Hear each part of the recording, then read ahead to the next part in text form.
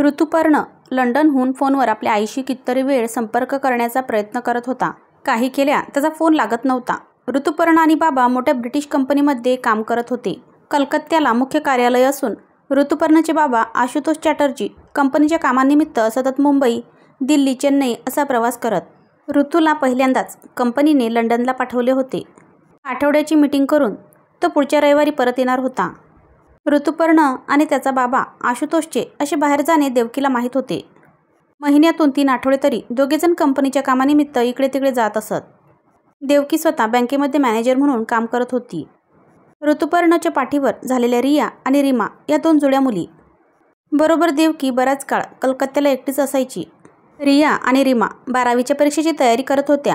यांचे college, classes, छंद यामध्ये दोघीजणी गुंग असायच्या. सोमवारी रात्री आशुतोषने ऋतुपर्णसकट मुंबईची फ्लाईट पकडली. बरोबरच मुंबईपर्यंत जाऊन मीटिंग अटेंड करून ऋतुपर्ण पुढे लंडनला जाणार होता. त्याचं 10 दिवसानंतर कलकत्त्याचं तिकीट होतं. सगळं काही आलबेल चालू होतं. बुधवारी संध्याकाळी आशुतोषच्या सेक्रेटरीचा देवकीला फोन आला. मीटिंग चालू असताना अचानक आशुतोष बेशुद्ध झाल्यामुळे खाली कोसळला होता. कंपनीच्या डॉक्टरने ताबडतोब आशुतोषला सुप्रसिद्ध अशा वेदवती हॉस्पिटलमध्ये दाखल केले होते, जिथे त्यांच्या कंपनीचा अकाउंट चालू होता. बुधवारी उशिरा कंपनीकडून देवकीला मुंबईचे तिकीट पाठवण्यात आले. घाईघाईने घरी येऊन रिया आणि रीमाला घरी बोलावून घेतले. त्या दोघींना कल्पना देऊन शेजारच्या काकांना सांगून जुजबी सामान घेऊन देवकी मुंबईला रवाना झाली. आशुतोष बेशुद्ध पडला. म्हणजे कदाचित रक्तदाब वाढला असेल, जेवण नीट झालं नसेल किंवा कंपनीच्या अकाउंटमधला काही घोटाळा त्याला नजरेला आला असेल, असे देवकीला वाटले. पहाटे सांताक्रूझला उतरल्यानंतर देवकीने तडक वेदवती हॉस्पिटल गाठले. कंपनीचे काही वरिष्ठ लोक हॉस्पिटलच्या लॉजमध्ये देवकीची वाट बघत होते. आधी त्यांनी देवकीला चहा आणि नाश्ता दिला आणि मग ते सगळेजण डॉक्टरांना भेटण्यास गेले. सुप्रसिद्ध न्यूरोलॉजिस्ट डॉक्टर दलाल आणि त्यांचा चमू आशुतोषवर देखरेख ठेवून होता. देवकीच्या खांद्यावर हात ठेवून डॉक्टर दलाल म्हणाले, आशुतोष कोमामध्ये गेला आहे. तिच्या पायाखालची जमीनच सरकली. मटकन खाली बसत आधाराला खुर्ची पकडली, जी तिच्या सकट खाली पडली. 2च दिवसांपूर्वी आशुतोष आणि ऋतुपर्ण मुंबईच्या मीटिंगसाठी निघाले होते. मीटिंग संपल्यानंतर ऋतुपर्णला लंडनच्या फ्लाईटमध्ये आशुतोषनेच तर बसवलं होतं आणि तोच आजचा लोळागोळा होऊन पडलाय. बाकीच्या अधिकाऱ्यांनी आणि नर्सने देवकीला सांभाळले. तिला बेडवर झोपून रिलॅक्स होण्याचे इंजेक्शन दिले. अनपेक्षित आलेल्या संकटाने देवकी गांगरून गेली होती. अचानक असं कोणी कोमामध्ये जातं? धडधाकट असलेला माणूस, मोठमोठे निर्णय घेणारा अधिकारी, महिन्यातले 15 ते 18 दिवस भारत आणि विदेशामध्ये कंपनीच्या कामासाठी जाणारा अतिशय सक्षम असा अधिकारी अचानक कोमामध्ये जावा. देवकीच्या डोक्यामध्ये वावटळ उठली. आता पुढे काय? आशुतोषच्या बरोबरीच्या अधिकाऱ्याला देवकीने प्रश्न विचारला. वेदांत म्हणाला, वेदवती हॉस्पिटल मुंबई. आशुतोषवर योग्य उपचारही येथेच होईल. कितीही दिवस लागले तरी चालतील. कंपनी खर्चाचा भार उचलेल. खरं म्हणजे ही तरी एक क्रिमिनल केस होती. आशुतोष कंपनीची मीटिंग घेत होता. कुठेतरी गडबड झाली असावी. बेशुद्ध पडणे ठीक आहे, पण एखाद्या लोळागोळा झालेल्या निर्जीव अवस्थेत किती दिवस राहणार असा? प्रश्न आणि अनुत्तरित प्रश्न. देवकीने मुलींना काहीच सांगितले नाही. त्या एकट्याच होत्या. घाबरून गेल्या असत्या. आज 4था दिवस होता. तिथल्या बेड एरियामध्ये देवकी राहत होती. तिला स्वतःला डायबिटीज असल्यामुळे रोज इन्सुलिनचे औषध इंजेक्शन घ्यावंच लागत होतं. एखादा रुग्ण जेव्हा ICUमध्ये असतो तेव्हा त्याच्या नातेवाईकांना एका हॉलमध्ये एक बेड, तो देखील फक्त रात्रीसाठी दिला जायचा. हॉलच्या शेजारी बाथरूमची व्यवस्था असायची आणि खाण्याची व्यवस्था कॅन्टीनमध्ये. रुग्णांच्या नातेवाईकांनी आपले सामान लॉकरमध्ये ठेवायचं आणि दिवसभर इकडे तिकडे बसायचं, अशीच प्रथा असायची. हॉस्पिटल पण बरोबरच आहे. रुग्णांकडे बघणार का रुग्णांच्या नातेवाईकांकडे? नातेवाईकांचे लांब चेहरे, डोक्यात चालणारे पैशाचे हिशोब, अन्नाच्याकडे न बघता फक्त घशात घास ढकलणारे नातेवाईक, चुकलेला अश्रू भरल्या डोळ्यांचे आई वडील, बावरलेली मुले. हॉस्पिटलचे वातावरण असेच तर असणार. आशुतोष ICUमध्ये असल्यामुळे दिवसातून 3 किंवा 4 वेळेलाच फक्त देवकीला त्याच्याजवळ जाता येत होते. नर्स येता जाता देवकीला धीर देत होत्या. बरे झालेल्या रुग्णांचे नंबर देत होत्या. डॉक्टरांवरचा विश्वास वाढवत होत्या. आशुतोषला हाका मारायला सांगत होत्या. नुसतं बसून त्याच्याशी बोलायला सांगत होत्या. त्यांच्या मते कोण जाणे कधीतरी मेंदूमधल्या नाड्या एकमेकांशी जुळतील आणि आशुतोष डोळे उघडेल. त्याची अशी अवस्था बघून देवकीला कायम बडबडून येत होते. बहुतेक कंपनीने ऋतुपर्णला कळवले असावे. त्याचा देवकीला फोन आला. हां, मी परत येतो, मुंबईलाच येईन. आपण दोघे मिळून बाबांना कलकत्त्याला घेऊन जाऊ. माझं मीटिंगमध्ये लक्ष लागत नाही. देवकी, तुझे बाबा कोमामध्ये आहे, ते तुला कळत नाही. तू मीटिंग सोडून येऊ नकोस. काम नीट कर. काम झाल्यावरतीच मुंबईला ये. तोपर्यंत डॉक्टर दलाल काहीतरी सुचवतील. त्यांच्या सल्ल्यानुसार आपण पुढे जाऊ. बाबा कसा आहे? मा, तू परत केव्हा येणार? बाबाला काय झाले? आम्ही दोघे तिकडे येऊ का? घरी फार भीती वाटते ग. स्वतःचे अश्रू सारून देवकी मुलींना आणि ऋतुपर्णला धीर देत होती. रोज रात्री एखाद्या बेघर असल्याप्रमाणे त्या हॉलमध्ये बरोबर एका कोपऱ्यामध्ये कसलं तरी झोपायचं. डायबिटीज असल्यामुळे खाणं तर कंपल्सरी होतं. घशाखाली अन्न जात नसलं तरी पण मुलांसाठी उभं राहायचं होतं. आशुतोष जरी कोमामध्ये असला तरी तो जिवंत होता. त्यामुळे आशा होती की कधीही तो डोळे उघडून बघेल आणि देवकीला मुलांना हाक मारेल. घशात खुपसलेलं व्हेंटिलेटर, हातात खुपसलेल्या सलाईनच्या सुया आणि हाताला लागणारा गरम स्पर्श फक्त जिवंतपणाचं लक्षण होतं. रात्री झोपताना देवकीच्या मनात परत परत प्रश्न वर येत होते. आशुतोष फक्त कोमामध्ये आहे का ब्रेन डेड आहे? कोमामध्ये रुग्णांची परत शुद्धीवर येण्याची संख्या फक्त 1% होती आणि ब्रेन डेड तर फक्त लाईफ सपोर्टवरची जगणारी. हॉस्पिटल देखील काही दिवसानंतर पेशंटना ठेवत नाही. काय उपयोग त्यांचा? काही उपयोगच नव्हता. 4थ्या दिवशी रात्री जेव्हा देवकी हॉलमध्ये झोपण्यासाठी आली, झोप तर काही येत नव्हती, पण तिचा नुकताच डोळा लागला आणि हमसून हमसून रडण्याने तिला खाडकन जाग आली. शेजारच्या बेडवरची स्त्री फोनवर बोलत होती आणि खूप रडत होती. तिच्या मुलाचा ॲक्सिडेंट झाला होता. पोटातून आरपार लोखंडी सळई घुसली होती. IITचा मुलगा लिव्हरमध्ये सळई घुसल्यामुळे जीवनमरणाच्या दारात उभा होता. कोणी जर स्वतःचं लिव्हर त्याला दान केलं तर त्याची जगण्याची काहीतरी शक्यता होती. हुशार, अनिरुद्ध, स्वतःच्या हिमतीवर जीवापाड मेहनतीने IITमध्ये इंजिनिअरिंग करणारा, एका उज्ज्वल भविष्याची स्वप्न बघणारा मुलगा रोड ॲक्सिडेंटमध्ये जखमी होऊन वेदवती हॉस्पिटलमध्ये आला होता. अनिरुद्धच्या आईचे रडणे ऐकून बऱ्याच स्त्रिया जाग्या झाल्या. 30 वर्षाच्या मिलिंदच्या आईला किडनी डोनरची प्रतीक्षा होती. दोन्ही किडन्या निकामी झाल्या होत्या. वेळ फार कमी होता. 2-3 दिवसात मिळाल्या तर मिलिंद जगण्याची काही आशा होती. 28 वर्षाचा श्री हृदयाच्या झडपा बिघडण्यामुळे वेदवतीमध्ये कोणी हार्ट डोनर मिळतो का हे बघण्यासाठी ॲडमिट झाला होता. जन्मजातच श्रीच्या हृदयामध्ये झडपा निकामी होत्या. तरी पण हुशार श्री आपल्या मेहनतीच्या जोरावर CAची परीक्षा उत्तीर्ण झाला होता. जगण्याची उमेद होती पण हृदयाची साथ नव्हती. निशाची आई पण निशासाठी कोणी कातडी दान करेल का याची वाट बघत होती. विचित्र, प्रियकराने निशावरती ॲसिडचा हल्ला केला होता. जे स्कूलमध्ये शिकणारी निशा एक उत्तम चित्रकार म्हणून नावारूपाला येत होती. इंटेरियर डिझाईनमध्ये काहीतरी नवीन निर्माण करण्याची तिची फार इच्छा होती आणि तसे तिचे प्रयत्न होते. जुजबी ओळखीवर झालेल्या मैत्रीमुळे ती आज वेदवतीच्या ICUमध्ये भाजलेल्या अवस्थेत पडली होती. शेवटी डोनर म्हणजे तरी कोण? माणूस ज्याच्या मरणाची सगळेजण जणू काही वाटच बघत होते. मरणाच्या दारात असलेल्या माणसाची त्याचे नातेवाईक प्रयत्नांची पराकाष्ठा करून त्याला परत ओढण्याची व्यवस्था करत होते. तर ज्यांचे काही अवयव निकामी झाले आहेत असे लोक एखाद्या उदार ब्रेनडेड माणसाची वाट बघत होते. झोपण्यासाठी दिलेला हॉल म्हणजे वेदनामय नातेवाईकांचा जणू काही एक मेळावा होता.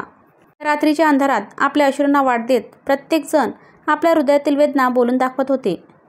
5व्या दिवशी आशुतोषला बघून आल्यावर देवकी खालच्या बागेमध्ये विनाकारणच हिंडत होती. तिचा डोक्याचा नुसता भुगा झाला होता. पुढे काय करायचं? तेव्हा येणार आशुतोष शुद्धीवर. जवळच्या बेंचवरती बसून देवकी मुलींना निरोप पाठवत होती. तेवढ्यात श्रीची आई तिच्याजवळ आली. श्रीची आई आणि इतर काही जणी सिद्धिविनायक, महालक्ष्मी आणि माउंट मेरी नवस करायला जात होत्या. 2 तासात परत येऊ म्हणाल्या. देवकी त्यांच्याबरोबर निघाली. आता देवच फक्त आशुतोषला तारणार होता. पुरुषभर उंचीच्या मंद उजेडाच्या समस्यांमध्ये महालक्ष्मीचे चेहरे तिला तिच्या कालिमासारखे वाटले. बंगालची कालिमा जणू तिच्याकडे बघून मंद हसत होती. महालक्ष्मीच्या दर्शनामुळे देवकीला खूप बरे वाटले. त्यानंतर सगळेजणी श्री सिद्धिविनायकाच्या दर्शनाला गेल्या. शांतपणे कोपऱ्यामध्ये उभं राहून बराच वेळ डोळे मिटून देवकी देवाला साकडे घालत होती. काहीतरी मार्ग दाखव किंवा पहिलं तीर मिटलेल्या अश्रू भरल्या डोळ्यांनी गणपतीला साकडं घालत होती. देवा, अशी त्रिशंकू अवस्था नको. काहीतरी मार्ग दाखव. माउंट मेरीला गेल्यानंतर मेंदूच्या आकाराची मेणबत्ती जेव्हा तिने पेटवली तेव्हा बाकीच्या स्त्रिया चमकून तिच्याकडे बघायला लागल्या. कारण आतापर्यंत तिने तिचे वेदवती हॉस्पिटलमध्ये येण्याचे कारण काही सांगितलेच नव्हते. तोंडातून शब्दही न काढता सगळ्याजणी वेदवती हॉस्पिटलमध्ये परत आल्या. आपल्या आपल्या रुग्णांना भेटून झोपण्याच्या हॉलमध्ये आल्या. झोप तर काही येत नव्हती म्हणून देवकी परत लाऊंजमध्ये येऊन बसली. सहजच म्हणून तिने आशुतोषची फाईल उघडली आणि परत बंद केली. लाऊंज पूर्ण माणसांनी भरलं होतं म्हणून एक गृहस्थ ती बसली होती त्या सोफ्यावरती येऊन बसले. उतरलेला चेहरा, चेहऱ्यावरचं काळजीचे जाडे काही लपत नव्हतं. त्यांच्या पलीकडे बसलेली स्त्री आपले डोळ्यातले अश्रू काही केले आवरू शकत नव्हती. कोणीही कोणाला समजवण्याच्या स्थितीत नव्हतं. नर्सबरोबर ते डॉक्टरांच्या दिशेने चालू लागले. अर्ध्या तासांनी दोघेजण परत आले. चेहऱ्यावरती मिश्र भाव आणि प्रचंड अशी काळजी. काय करणार, कोणाला सांगणार? नर्सने त्यांना डोनर मिळण्यासाठी असलेला फॉर्म भरण्यास दिला. फॉर्म भरत असताना देवकीच्या लक्षात आले की त्यांच्या रुग्ण मुलाला लॅबमध्ये काम करताना आपले डोळे गमावावे लागले आहेत. कोणी कॉर्निया दिलं का त्याच्यासाठी ते फॉर्म भरत होते. परत तेच. काहीजण आपल्या प्रियजनांना काहीही करून वाचवण्याच्या तयारीत होते. डोनर मिळवणे सोपे नसते. डोनरचे सगळे अवयव उत्तम प्रतीचे असल्यास आणि रक्तगट जर संयुक्त असेल तरच ते अवयव रुग्णाला देण्यात येतात. शेवटी काहीही झालं तरी माणसाचं शरीर हे माणसाचं शरीर असतं जिथे मशीन काही उपयोग नसतो. कितीतरी वेळेला गमतीने देवकी आशुतोषला म्हणायची, तुझा ब्लड ग्रुप म्हणजे काय युनिव्हर्सल डोनरचा? देवकीच्या अंगावरती सरसरून काटा आला. तिने तो विचार एखाद्या पालीसारखा झटकून टाकला. नाही, आशुतोष पूर्ण बरा होईल. आम्ही परत कलकत्त्याला जाऊ. तिने आपल्या मनाला समजावले. आशा निराशेच्या वावटळीमध्ये अडकून देवकी झोपण्याआधी परत हॉलमध्ये आली. उद्या ऋतुपर्ण येणार. आपल्याला काहीतरी ठाम निर्णय घेता येईल. परक्या ठिकाणी किती दिवस राहायचं? डॉक्टर दलाल म्हणाले, किती वेळ लागेल काही सांगता येत नाही. मेंदूतली गुंतागुंत कोणाला समजते? कदाचित आता डोळे उघडेल किंवा अजून काही वर्षांनी. ठरल्याप्रमाणे ऋतुपर्ण वेदवतीमध्ये पोहोचला. त्याच्याबरोबर आशुतोषच्या कंपनीचे वरिष्ठ अधिकारी पण होते.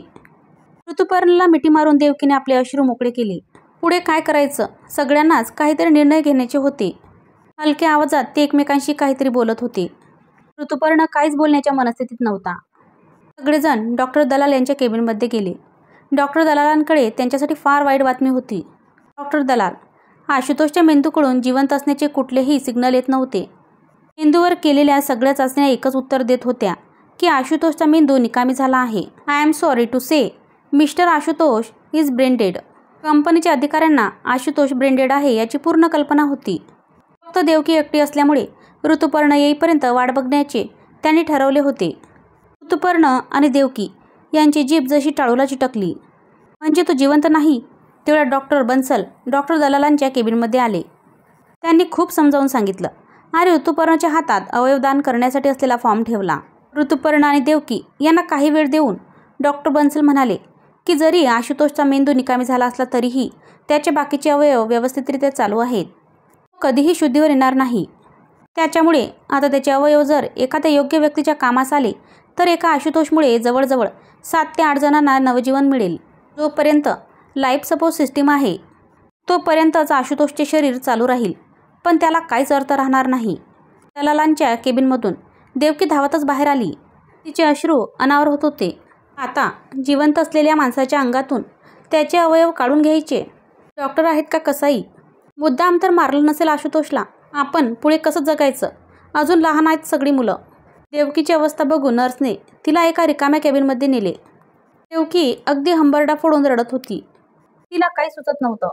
आपल्या आईची अशी अवस्था बघून ऋतुपर्णला काही सुचेना. पण आता घरामध्ये मोठा तो होता.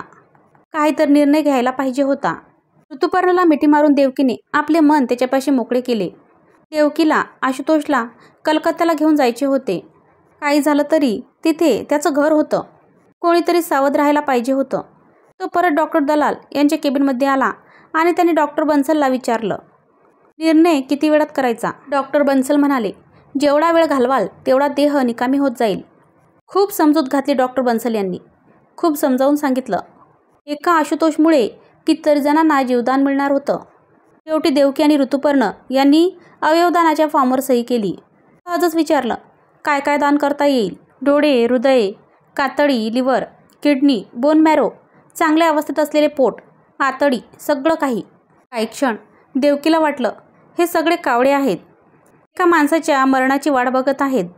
टोचून टोचून त्याचे अवयव काढतील आणि स्वतः जिवंत राहतील. दुसऱ्या क्षणी तिला तिची लाज वाटली. मोठे मन करून डॉक्टरांना म्हणाली, जेवढ्या जास्त लोकांचा फायदा होईल तेवढा करून घ्या. फक्त माझा आशुतोष मला व्यवस्थितरित्या परत द्या. माझ्या मुलींना त्यांचे बाबा बघायचे आहेत. मी त्याला कलकत्त्याला घेऊन जाईल. त्याचे अंतिम संस्कार होतील. डॉक्टर बन्सलनी प्रेमाने देवकीच्या पाठीवर थोपटले. ऋतुपर्णाला हलकेच मिठी मारून म्हणाले, I can understand you son. I am proud of you. Ashutosh कंपनीची मीटिंग घेत असताना कोसळल्यामुळे त्याला भरपूर कॉम्पन्सेशन मिळणार होते. अपघाती विमा कंपनीतर्फे देखील आशुतोषच्या वारसाला रक्कम मिळणार होती. आशुतोष अतिशय वरिष्ठ अधिकारी असल्यामुळे कंपनीच्या पॉलिसीप्रमाणे त्याच्या वारसाला इच्छा असल्यास नोकरी आणि आशुतोषला मिळत असलेला पगार चालू राहणार होता. आशुतोषने आपल्या कुटुंबाची आर्थिक बाजू अतिशय भक्कम केली होती. देवकीला काय वाटले कोणास ठाऊक. आशुतोषचे सगळे सोपस्कार उरकल्यानंतर देवकी वेदवती हॉस्पिटलच्या डोनेशन काउंटरपाशी गेली आणि 10 लाखाचा चेक भरून तिने सही केली आणि काउंटरवर जमा केला. फॉर्मवर लिहिताना म्हणाली, त्यांना कोणाला आशुतोषचे अवयव मिळणार आहेत त्यांच्या ट्रीटमेंटसाठी ही लहानशी भेट. काउंटर मागच्या नर्सच्या डोळ्यात पाणी आले.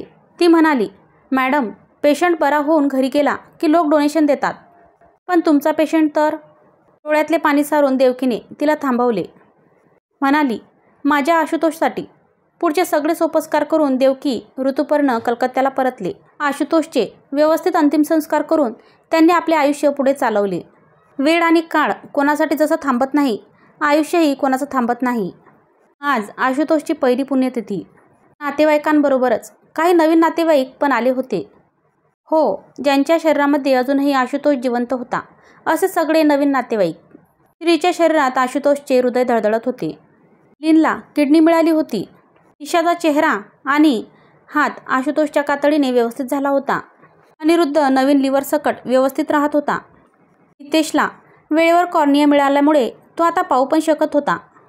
रिया, रीमा आणि ऋतुपर्णला नवीन भाऊ बहीण मिळाले होते. आपल्या कुटुंबासोबतच जाता जाता आशुतोषने कितीतरी जणांचे कल्याण केले होते. आशुतोषच्या फोटोवरून प्रेमाने हात फिरवून ऋतुपर्ण म्हणाला, बाबा, तुम्ही कुठेही गेला नाहीत. तुम्ही इथेच आहात आमच्यापाशी. मित्रमैत्रिणींनो, कथा कशी वाटली ते नक्की सांगा आणि चॅनलला लाईक करा, शेअर करा आणि सबस्क्राईब करा. धन्यवाद.